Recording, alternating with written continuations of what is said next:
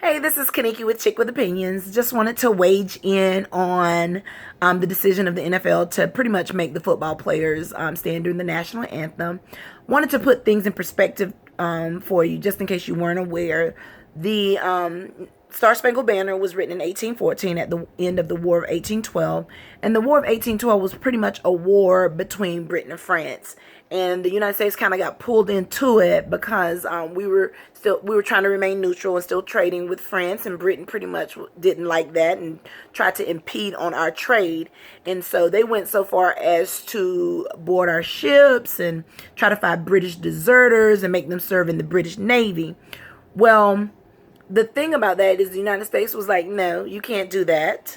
And they called out the injustice, much like these football players are saying, look, something needs to be done. They're calling out an injustice. They're standing up. Actually, they're not standing up. They're kneeling to call out America and the fact that we have blood being spilled at the hands of people who are supposed to be protecting us, and something needs to be done. So the irony that the United States can stand for itself against Britain, but American citizens are unpatriotic when they stand for themselves. The irony here is ridiculous.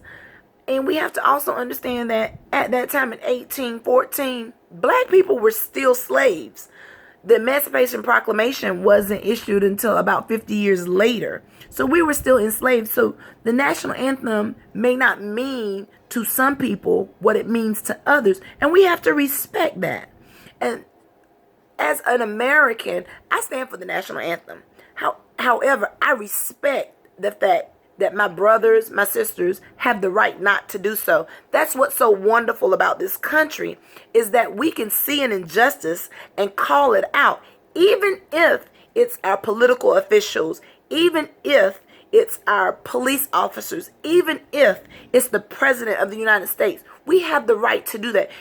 Some countries don't have the right to tell our elected officials, you're wrong.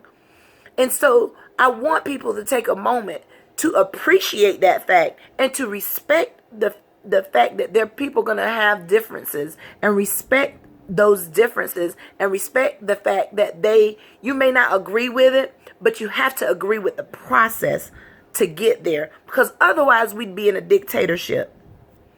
Hey, who am I? I'm Kaniki. I'm just a chick with an opinion.